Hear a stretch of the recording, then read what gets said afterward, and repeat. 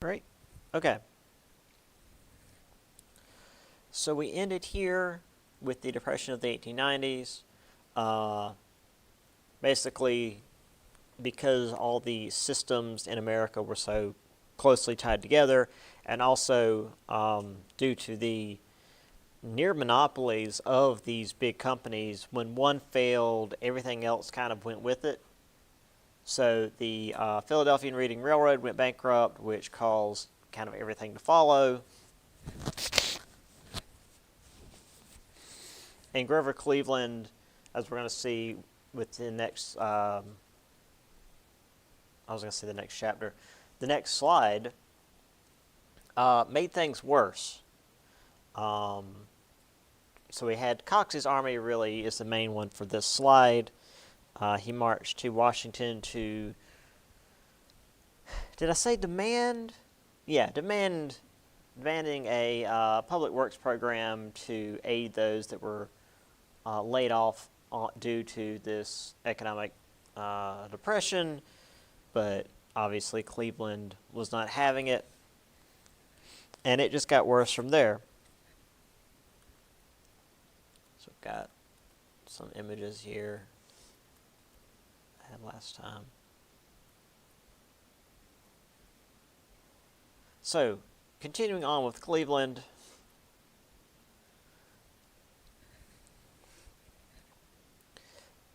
so we mentioned the Pullman strike earlier in the chapter. Now this was also during all of this, which I already talked about. It allowed the federal injunction and troops to disperse the Pullman strike, which of course the big businesses liked because hey, the government's on our side. But for the vast majority of the American population, it showed that the government had no solution for this economic crisis. In fact, and when I did this for my Tuesday Thursday class, I got ahead of myself and was trying to find it in the book, and of course I should have known I'd have put it in the notes. At the start of his term, obviously before the Depression had happened, and sort of in his defense, usually before a major economic crisis happens, the economy is doing really well. So when he started his term, he made the statement, while the people should patriotically and cheerfully support their government, its functions do not include the support of the people. So he apparently very clearly felt that while the people should support the government, it didn't necessarily work both ways. Which, once the people actually really needed the government, they felt like that maybe wasn't the best way to go about things.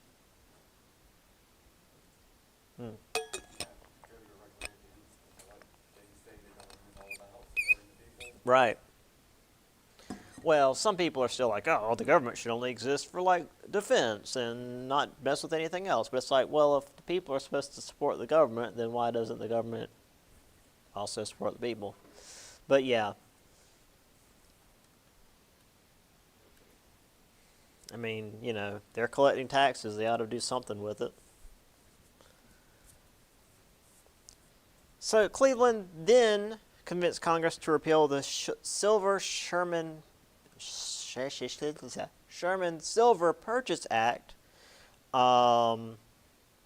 which further angered silver miners because, again, they needed silver prices to remain high to make any kind of money.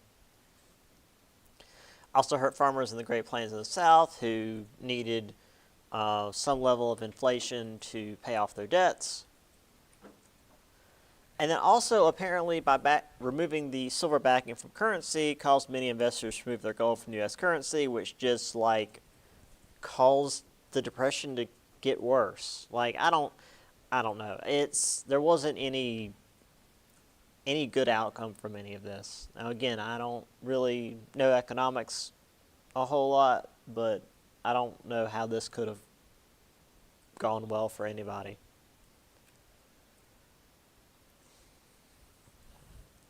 So at the end of the day, to keep the government from simply going bankrupt, Cleveland worked out a deal with a syndicate led by J.P. Morgan, because that's always some good language to use.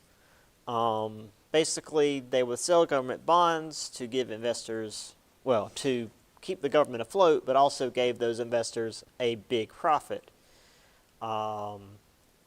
Obviously, for regular folks, this was seen as a corrupt dealing between government officials and rich business tycoons, where the rich got richer and the poor got poorer. Which is weird, because it seems like every time there's some kind of major crisis in the world, the rich manage to make a lot of money off of it. And the people who don't have money just end up worse off. I don't know. Not being conspiracy about it, I'm just saying that like it does end up happening that way a lot of the time.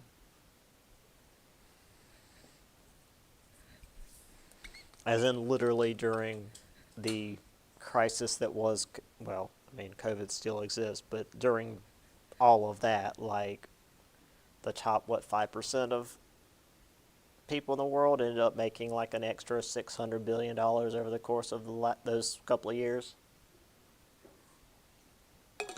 And the bottom 50% of the world lost $600 billion. I don't know. It's just not great.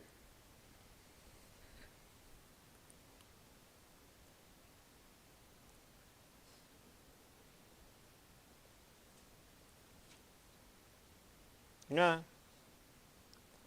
I think I see what's missing in the Senate nowadays. Big, long beards.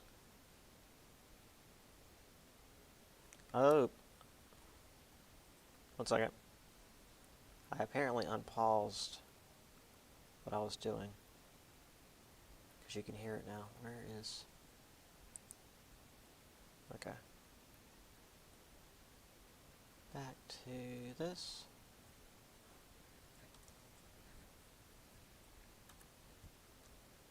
I don't know what it was with Cleveland being depicted like this, but there was a lot of this. Free silver platform, just like leading people along like marionettes. And there's another one here. Oh no, well that one comes in a minute. And then there's a lot of this like saving America from the flood of silver, although this is not necessarily, I mean, she's depicted as Columbia, you know, the personification of America, but on her hat here is business interests. So, you know, whatever.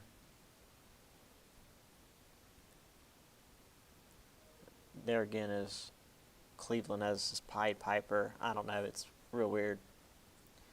Again, oh yeah, we're gonna get to that.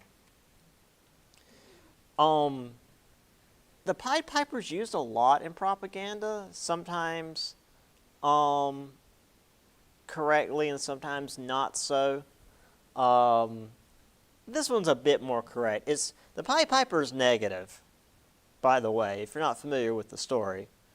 I'll talk more about it in greater detail when we get to World War One.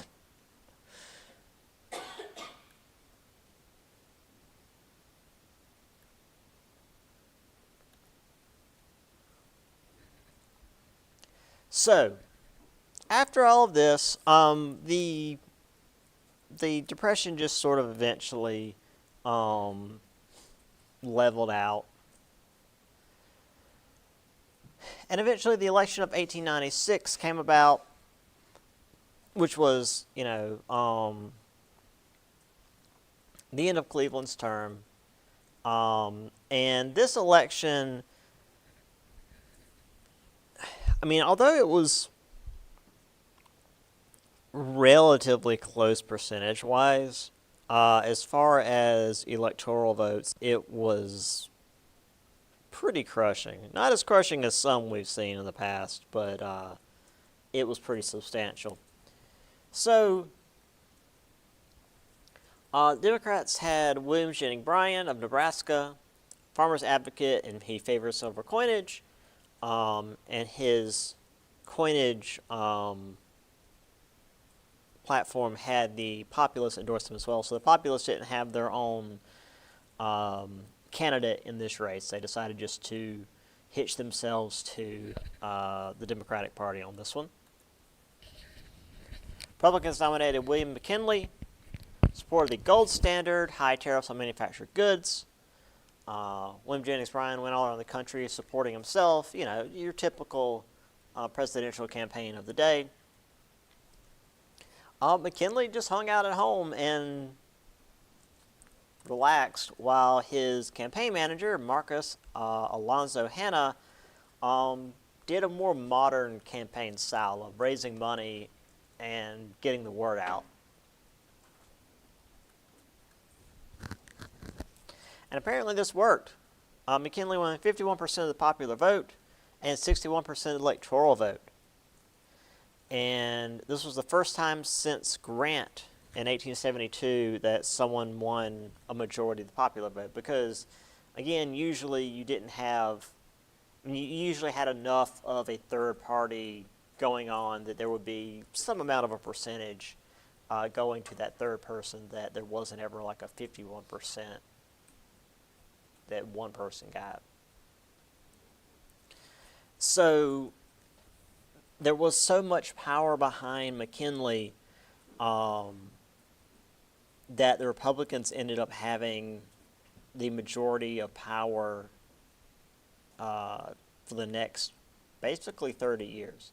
Now, this wasn't just McKinley because, as we're going to see pretty soon after, McKinley doesn't really last too long. But we do have some pretty important presidents following after him. If you're familiar with the state of the presidency in this area, you know exactly what I'm talking about. If not, I've got some pleasant news for you in the next few chapters.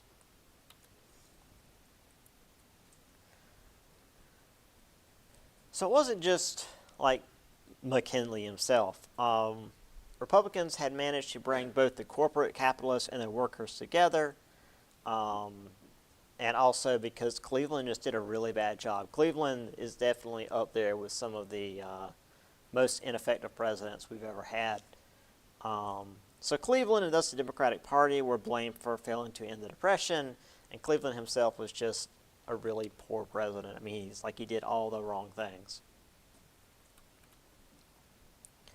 We'll get to another really poor president for the end of the semester.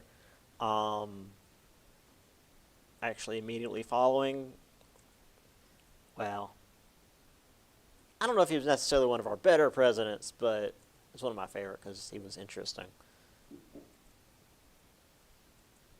So this election broke the political stalemate and again gave Republican support of wage workers and their usual bases of businessmen, veterans, and African Americans. So again, this really shifted the power balance for the foreseeable future. Really until FDR and well, no, not FDR.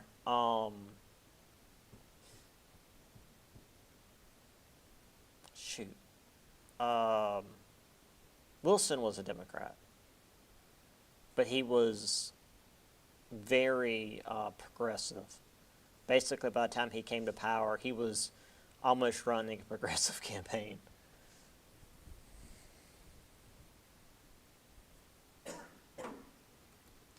So here we have William Jennings Bryan and his coalition against the battle lines. I still really like whoever this guy is with this like amazing pointed beard. I don't know, maybe it's just because like fantasy dwarves are amusing to me, and they always have these crazy beards. Oh yeah, here we go. Who is this guy? Look at this beard. I mean, obviously I know it's exaggerated, but who had a beard long enough that they exaggerated it this much? It's so good. I mean, and they drew him in like long john pajamas too. Like, did he go to Congress in his pajamas one day? And they're just like, this is how he's always going to be remembered, with this massive beard and like onesie long johns. But I mean, he's not the only one with long beard. There's this guy down here. His beard's dragging the ground. I don't know. It's good stuff. Oh, also, slight body horror ahead. There's William Jennings Bryan as the Populist Party eating the Democratic Party. It didn't quite go that way, as we're going to see here in just a minute. But this was some of the concern of the day, that the Democratic Party was basically bending to the Populist Party. Here's another. This is actually a cover of Puck. Bryan is the ablest worker for Sound Money. The more he talks, the more McKinley wins.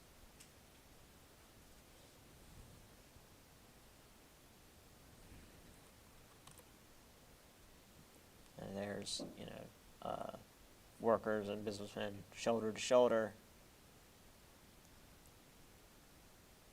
Oh, here's another terrible image. Labor being crucified by, I don't know who Hannah is. I don't know who this little Napoleon guy is. Here's a nice anti-Semitic image there of the Rothschilds. This was before we've had the modern boogeyman of George Soros, because, you always got to have something anti-Semitic. And again, the whole like gold standard versus silver standard, I don't know. It's whatever. It's all shiny rocks. All right. So this election not only resulted in Republican domination for the next 30 years, but also it tore the Populist Party apart. A number of populist leaders didn't want to emphasize free silver because, well, for one, it was clearly unpopular to the American people, and they felt like they wouldn't be able to push their other concerns if they held on to free silver. It was basically like, to use a very old term, like a millstone about their neck.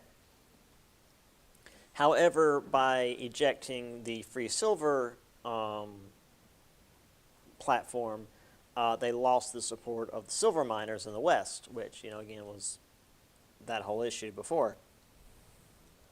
Also, many populists either fought in or had relatives who fought in the Civil War on the side of the Union, and therefore could not support the Democratic Party, who many saw as being on the side of the rebellion because, well, many were on the side of the rebellion.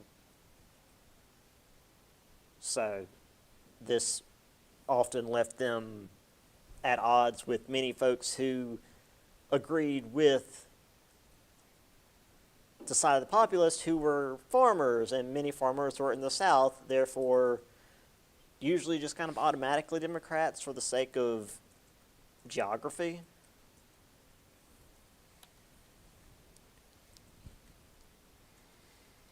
Also, as the nation pulled itself out of this economic depression, it also weakened the populist hold on workers and farmers,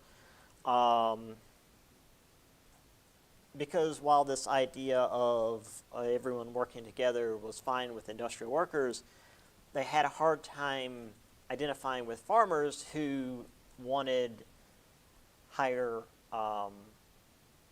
crop prices, because again, if you're selling crops, you want what you're selling to be worth more, which makes sense. However, if you're selling crops and they're worth more, then the food they're going to be made out of is going to be worth more. And if you're working in a factory and the food that you're buying is going to cost more, you're not going to be so happy about that. So obviously, those two issues are going to clash.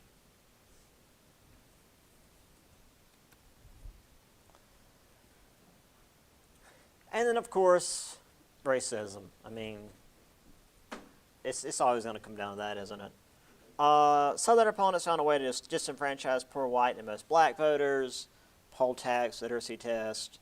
Tom Watson once championed aid for blacks, eventually returned to bigotry after the 1896 election because it's the 1890s.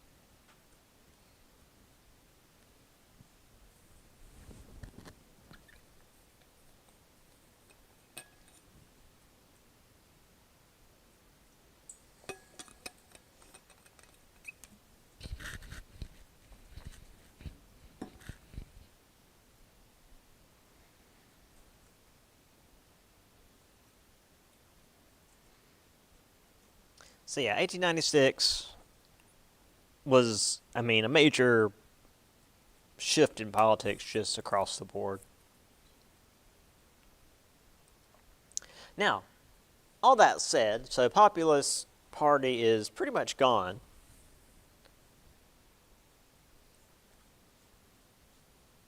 But as I hinted at last time, that's not it. Populist ideas still held on. We had their ideas stuck around into the 20th century, such as direct election of senators, graduated income tax, government regulation of businesses and banking, which, again, something we'll more specifically get into after the Great Depression. A version of a sub-treasury system, the Commodity Credit Corporation, which I don't know, we don't really talk a whole lot about, but that exists. Also showed farmers that just being old and stubborn and not alone out in the middle of nowhere wouldn't really work out for them, and that they needed to work together to have their voices heard. Now, they never created their own political party again, but they did form groups like the Farm Bureau that would lobby on their behalf. So they do have a voice in politics, if not, some farmers' party.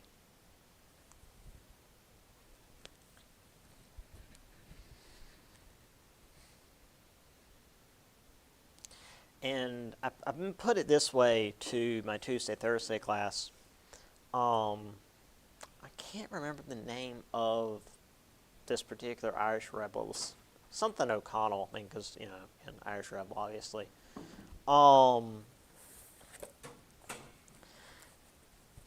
And it was during, I want to say it was the last big uprising in Ireland. And while he was starving in a prison cell, he made the statement that, you can kill a man, but you can't kill an idea. You can't put an idea up against a wall and shoot it. You can't leave it in a prison cell to starve. You can't hang it by the neck. You can kill a person, but you can't kill an idea. And while that's all dramatic, because again, Ireland, while it was fighting England, it was all very dramatic and lots of people were being killed. Nobody was going out to kill the Populist Party. But while the party itself faded away, the ideas stuck around. And you'll see that a lot throughout history, where, the organization or even the people themselves will go away, sometimes very violently. But the ideas tend to stick around.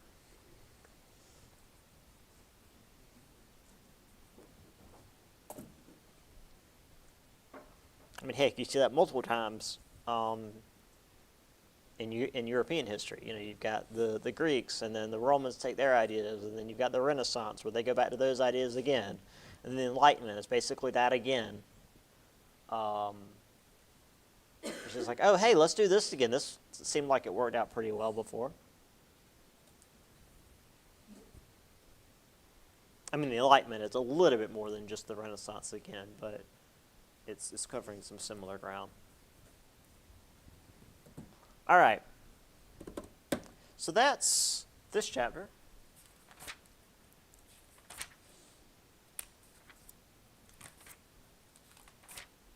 And I meant to get this up for Tuesday, Thursday last week, but I forgot. So I'll get this up for everybody later today. All right. Now for chapter 18. Cities, Immigrants, in the Nation, 1880 to 1914. We're moving ahead a little bit chronologically. Obviously, we're going to stop at 1914 because some stuff happens there, but we'll worry about that a little bit later.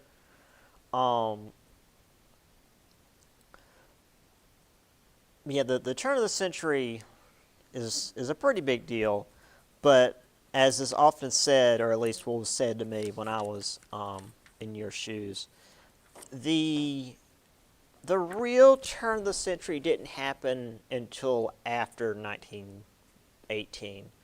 It wasn't until after this big war that the 19th century truly ended.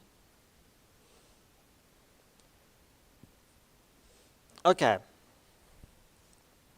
So let's get into immigration in the late 1800s. So we mentioned this at the start of last chapter, at least very briefly. Obviously, we're going to get into it in greater detail here. Early in the late 19th century, at the start, they came from Northern and Western Europe. Came a shift around the turn of the century. So 1882, 789,000 immigrants came to the U.S. 87% came from Northern and Western Europe, England, Ireland, Germany, Scandinavia. So within 25 years, 81% of the 1.2 million came from Southern and Central, such as Italy, Greece, Austria-Hungary, Poland, and Russia.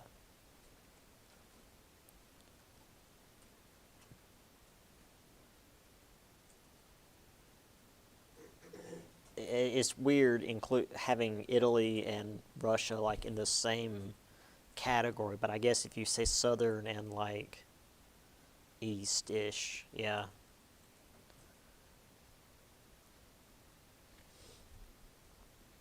Now, the main reason that this shift is mentioned is the demographic change. So, post-1880, as this shift began, many of the immigrants were Catholic or Jewish, often knew little to no English, so this made the transition more difficult. Often those that came from, Ireland and England especially, tended to already speak English. But if you're coming from, Greece or Poland or Russia especially, you're not going to know any English. And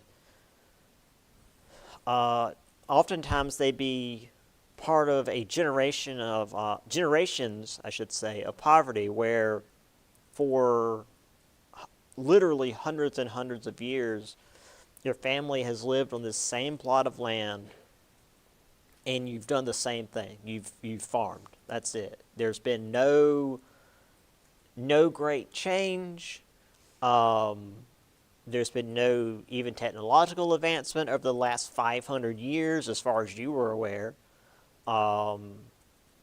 There's been no economic change. I mean, the world's changed, but in your little corner of the world, there's been no difference in you and your great, great, great, great, great whoever.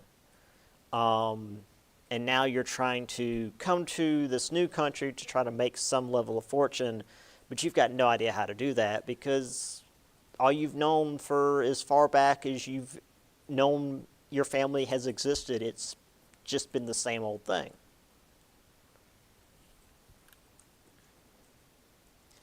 Now, obviously, we had more than just European immigrants. 450,000 Mexicans migrated north from the American Southwest, into the American Southwest in this time period.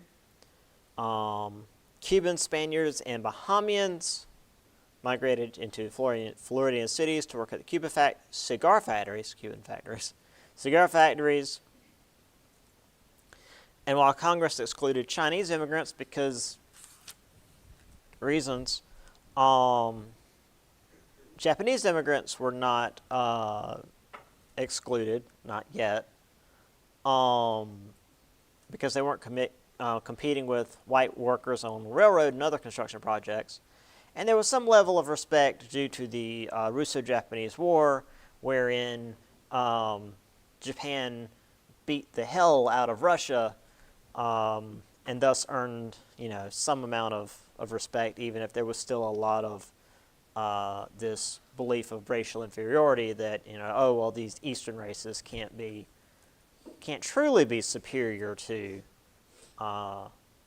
Western races. But also there was this sort of mixed idea of whether Russia counted as a Western race, because sure, Moscow's sort of technically in the West, but also Russia's all the way, technically further east than China.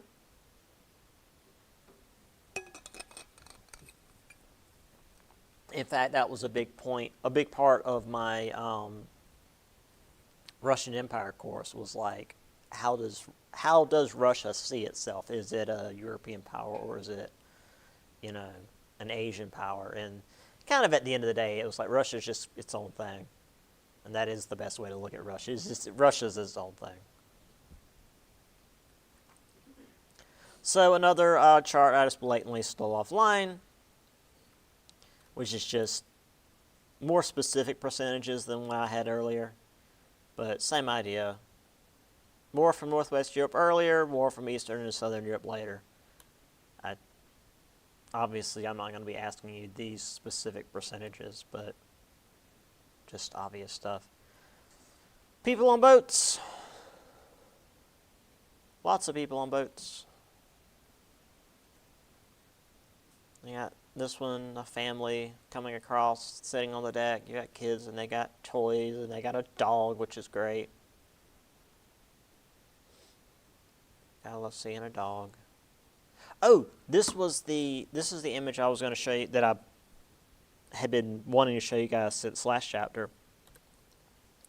Immigration by countries from 1820 to 1985.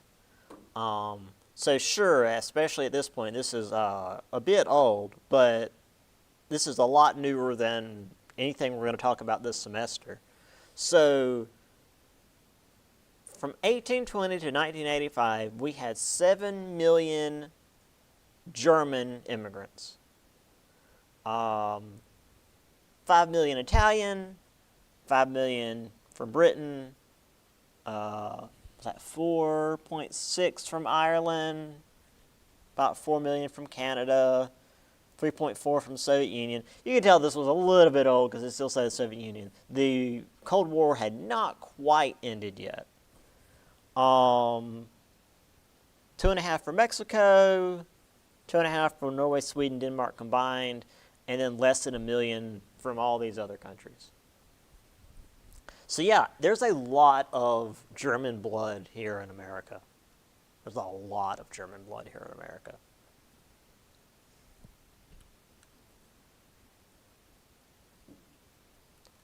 I also really like this image because it's just very candid. It's not the sort of thing you usually see in old black and white pictures. It's just a couple just having a good time.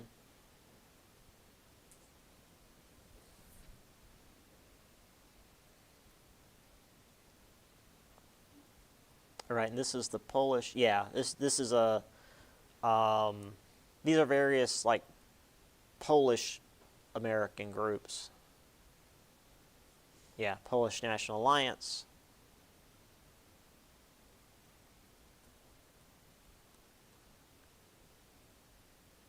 The Poles always have a hard time of it.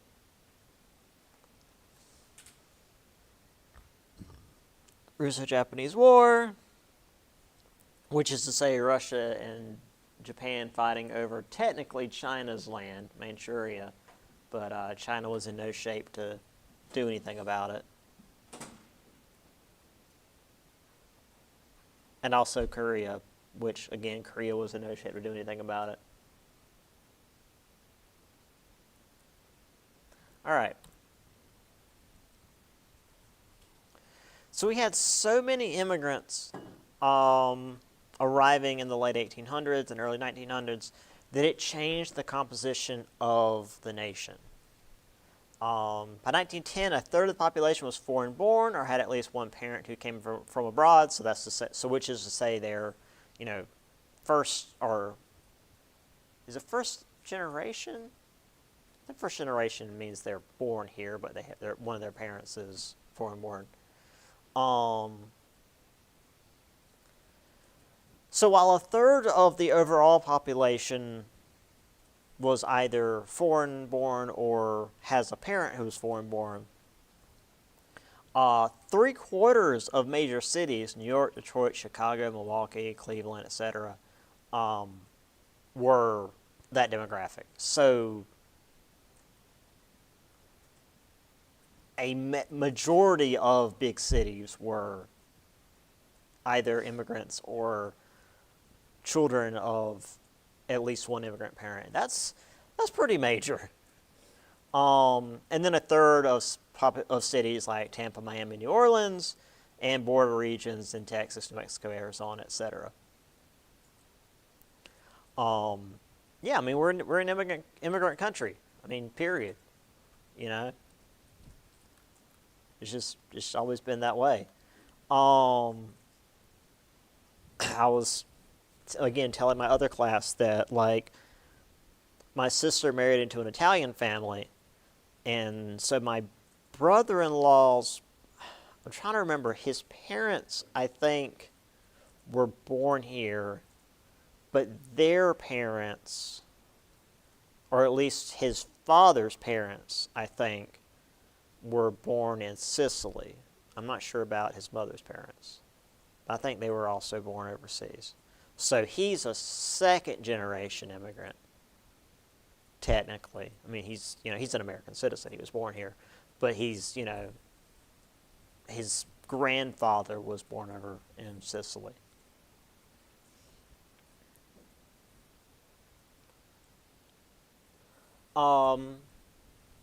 We'll talk about some of the reasons folks came over. Many left for political and religious reasons, obviously. Many did leave in search for economic opportunities. And a lot of times these economic opportunities were, let's say, a little bit exaggerated for the sake of European steamship advertisement. They, extol the rich farmland and the factories and all the opportunities here in the U.S. Right after we've had a big old economic crisis. But it was a good way to get people on the steamships and send them over. That said, a lot of the folks who did come over for economic reasons did pretty well, and a lot of them went back home after they achieved what they felt was enough. Again, between 1875 and 1919, we had about 27 million immigrants come to America, and about 11 million went back home after achieving what they considered enough economic success. They made money and they went back home to support their families.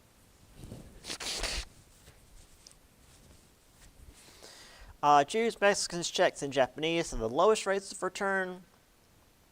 I can only really speak on Japan. They've got a weird cultural taboo about that sort of thing. In fact, later on, when there is some level of restriction for Japanese immigration, it's actually in agreement with the government of Japan because they didn't want people leaving. Obviously, if you were getting out of your country for political or religious reasons, you were much less likely to go back home, and a lot of times you were not even able to go back home at all. For example, if you were a Jew trying to get out of Russia, you weren't really going to receive a warm welcome if you were to try to go back. If you were to go back at all, you were more than likely to disappear, like the opposition leader recently disappeared in Russia. He just so happened to turn up dead. Real weird how that happens.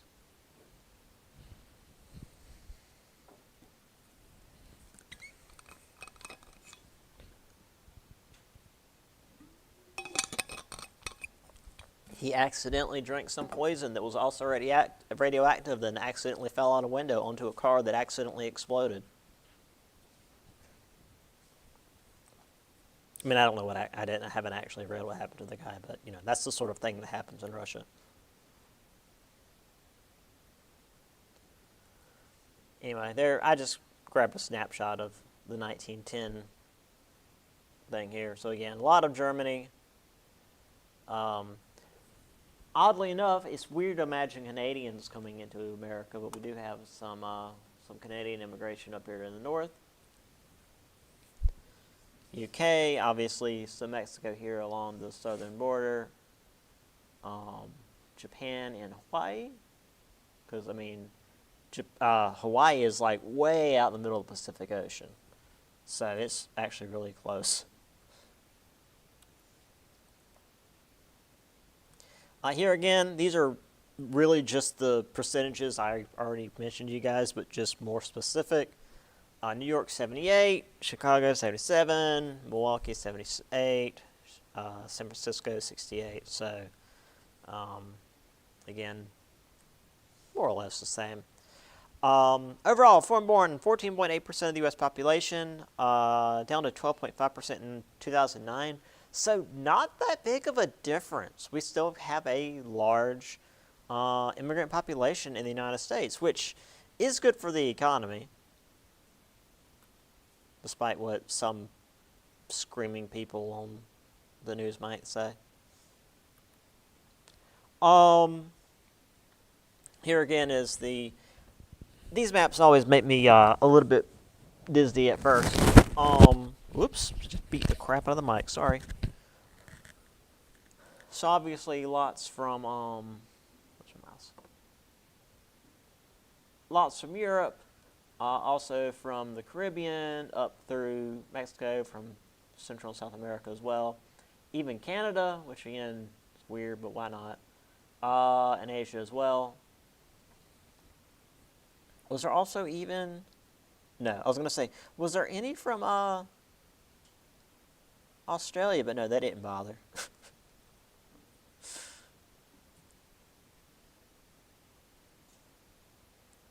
We have some folks having a good time. Part of me wants to say train car, but that's kind of narrow for a train car. But it's kind of wide for a, maybe it's a bus. I don't know. Yeah, I think it's a bus. Here's a picture at Ellis Island. In fact, we'll talk more about Ellis Island in a moment. Here's some tenements, which we'll talk about more next time. This is where the folks in the cities tended to live, and they were not the best. Just some images of the cities, which again we'll get into the cities more next time. But first, let's talk more about immigration. So they're processed where they arrived, usually, again, Ellis Island in New York, but other times they'd show up in different places. Process where they arrived, and then the government would just be like, all right, good luck, have fun. Oh, you don't speak English? Okay, bye. They're expected to find relatives and other countrymen on their own. And just as a little aside, the person who would be processing them at the port, if they could not understand their last name, they would often just put down where they were from as their last name. So, for example, if you were to say, watch The Godfather, the given name of the family, Corleone, that's not actually their name. That's not Vito's last name. That's where he's from. But when he was a child and came through Ellis Island, the attendant couldn't understand his last name and just wrote down Corleone as his last name. Just FYI, that's something that would often happen. So in big cities, the ghettos would crop up, which is to say these small, really shanty towns, where groups of immigrants would gather together. So same ethnic, racial, or class group, which is to say not just like, say, Italians, but for my knowledge of now having some Italian friends, Italians specifically from southern Italy, because northern Italy and southern Italy are very different from one another. And, they'd often be of the same social class as well. So, they'd have a lot of the same lived experiences and be able to make friends more easily. And they could help each other transition into this foreign nation.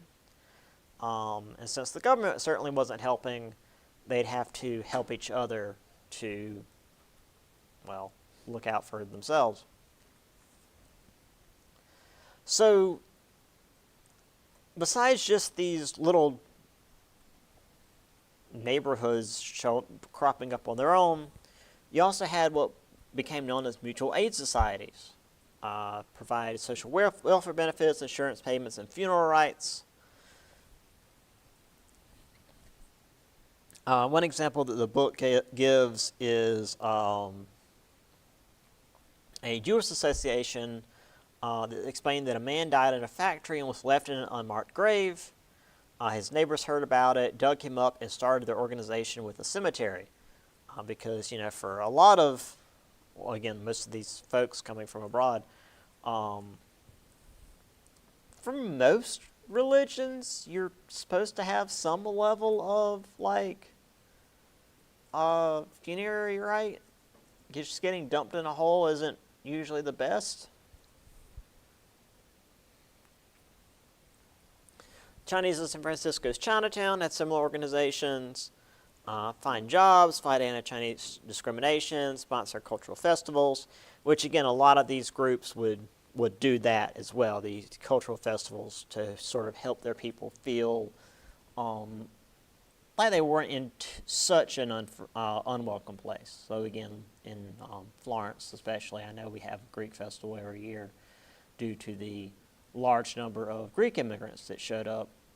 Not exactly sure when it was they arrived in the area. I'm guessing the early 1900s.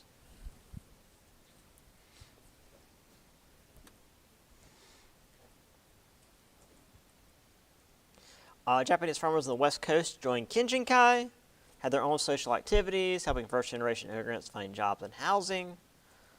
Tampa, Spaniards, Cubans, Afro-Cubans, and Italians had competing mutual aid organizations. El Centro Español, El Centro Austriano, put the I where it's supposed to be, large expensive theater, El Circulo Cubano, pharmacy, theater, and ballroom, and La Union Marti Macio, which had a baseball team for Latin immigrants. And then you actually would start to see a lot of these, where these mutual aid societies and a lot of other things, we're going to see more of that in just a minute, would offer like sports teams. Because a lot of times the young men would have a hard time finding jobs, and then they'd start to, get restless and not have anything to do, and also often not have money. And that would often lead to crime. And if you can keep them off the streets, you can keep them out of trouble. And a good way to do that was to have them competing against each other in sports. And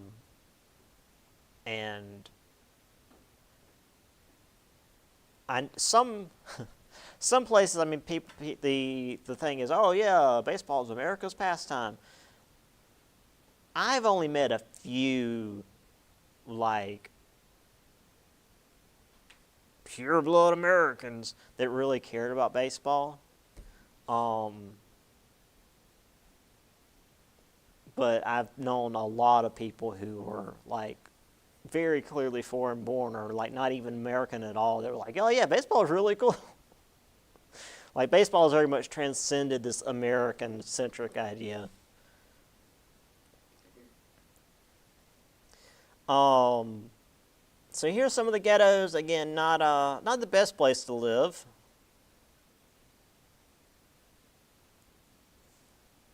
We'll actually get back to this one a little bit later. This is a really, really good image.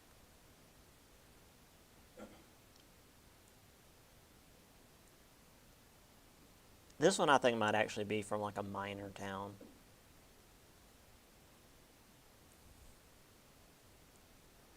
So here again is just like, you got all the businesses and shops right here, and then right across the street is just like people trying to survive.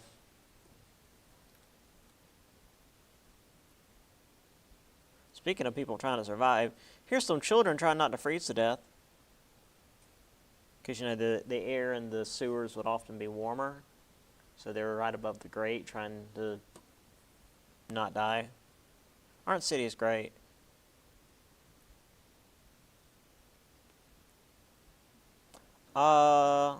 This is an Italian mutual aid society. Fraternezza. Yeah, I can't words.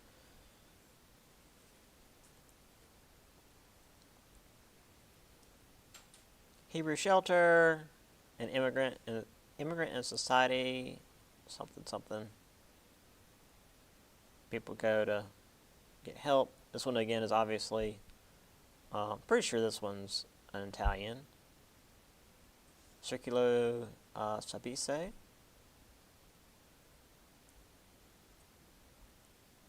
This one's kind of obvious. Society for the Protection of Italian Immigrants. Here's some Kinjinkai, where they get together and have cultural events. A lot of neat old images here. And they're still around. There's George Takei and some folks in California still doing some cultural events for Japanese Americans. I will mention Takei again towards the end of the semester, because he was actually he was a child in the Japanese internment camps in World War II. So we'll talk about that. All right, let's get a little bit more before. Oh, wait. For some reason, I keep thinking this ends at 9:35 instead of 9:45. We still got a little bit of time. I mean, not that I'm going to run this all the way to 9:45, but I keep thinking we're almost at time. Churches and synagogues also did like the mutual aid societies and helped immigrants, provided religious and social activities. Catholic churches more than tripled. between 1865 and 1900, celebrated important events, births, baptism, weddings, and deaths. It was better than, just going to the city hall and signing a piece of paper. And again, from my limited exposure to Catholicism, they really like to make a show of these things. They, if you're going to a Catholic wedding, you'd better have the day off. It's an event. I mean, any of this, honestly.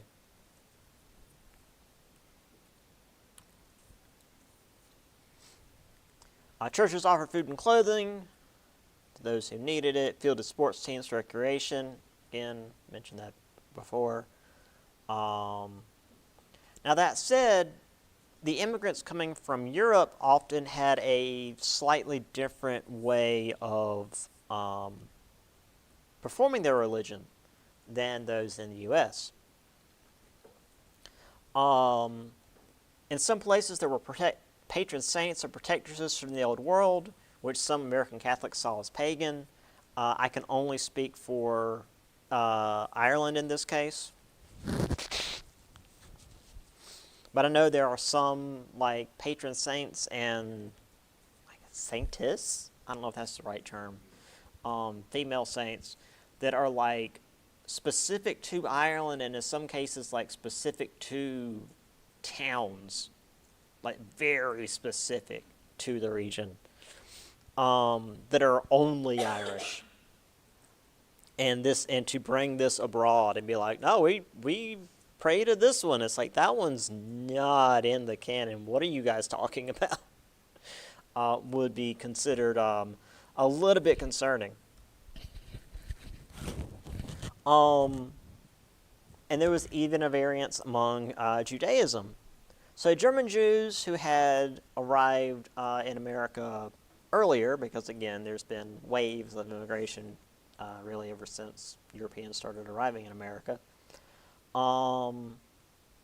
They had achieved some level of economic success, founded Reform Judaism in Cincinnati, Ohio, which again, I have to stop and just be like, it's really weird to say Cincinnati, Ohio is like the center of Reform Judaism. It's the center of the Reformed version of one of the oldest religions in the world. Okay, sure, Cincinnati, Ohio, you do you, I guess. So they had relaxed standards of worship, including strict adherence to kosher diet, allowing prayers to be said in English. So it's a less strict version of Judaism. Of course, East European Jews still follow the Orthodox ways, going to shul or synagogue, maintain a kosher diet, prayed in Hebrew, and often spoke in Hebrew, or Yiddish, I suppose is the proper term.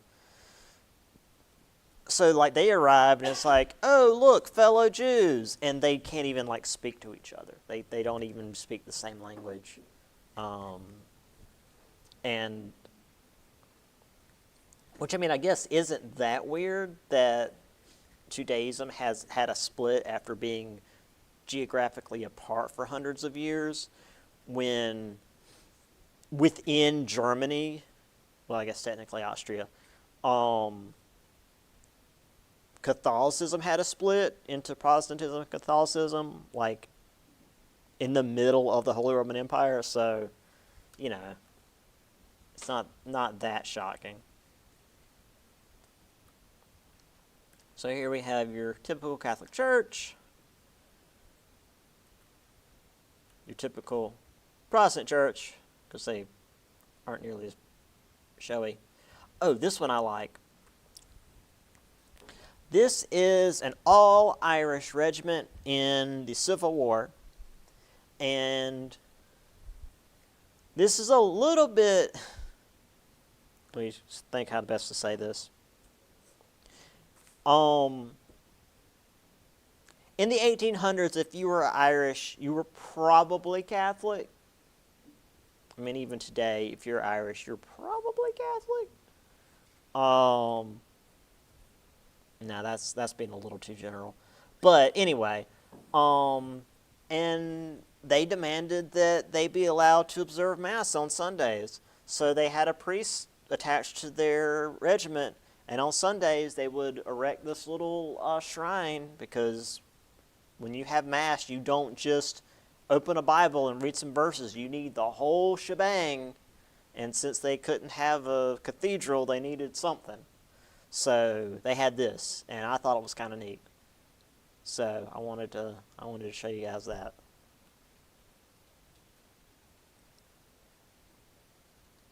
Oh, right. Also, not everybody was happy with the increasing amount of Catholics in America. So here's the burning of St. Michael's Church. Yeah, it totally just like set on fire by accident, for sure. It wasn't arson at all.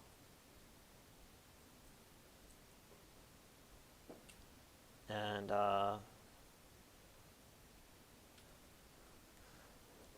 Jewish boy becoming a man, reading his Torah? No. Yeah. I gotta watch myself. I gotta remember what all the words are.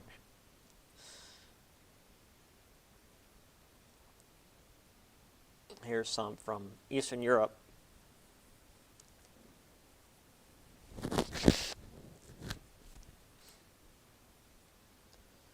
Okay. I'm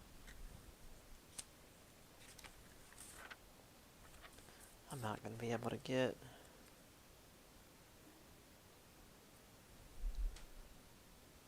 Let's do just a little bit more. Needless to say, if you came from a country that didn't speak English, you couldn't read English. Usually. Some people can. But usually you couldn't. So a lot of foreign language newspapers flourished in the U.S. Let their readers know about local, national, and international news, so they would not only be able to know about local events and what was going on in the U.S., but also what was going on back home.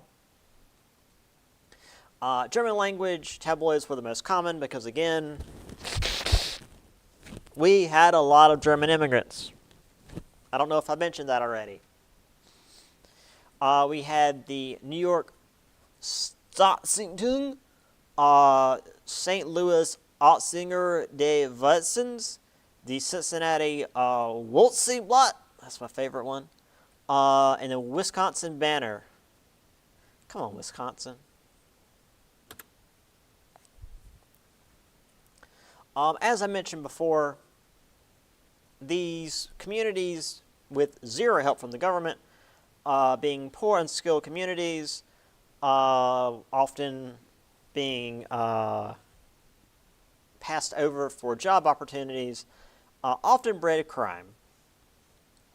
Young men would join gangs, which were often based on ethnic heritage, and would fight one another for turf, oftentimes like within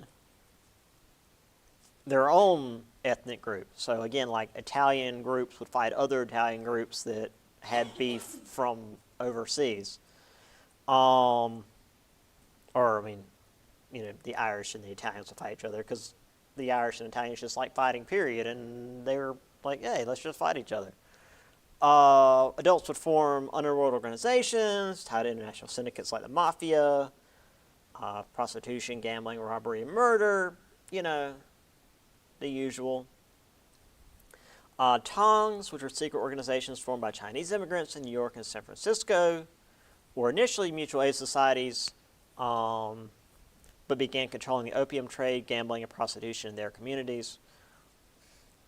They're not quite the triads you may think of today, but they were pretty tough and also quite dangerous, because they were not afraid to spill some blood.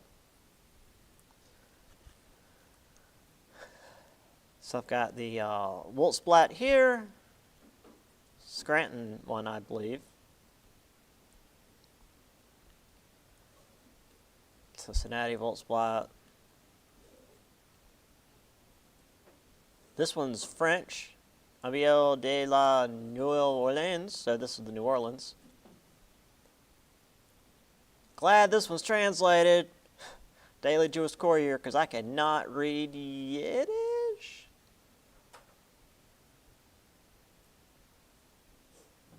Also, wow, when you think of mafia, you may think of Tommy guns and bank robberies and, all of that. This is usually what they did. They did organized labor scams.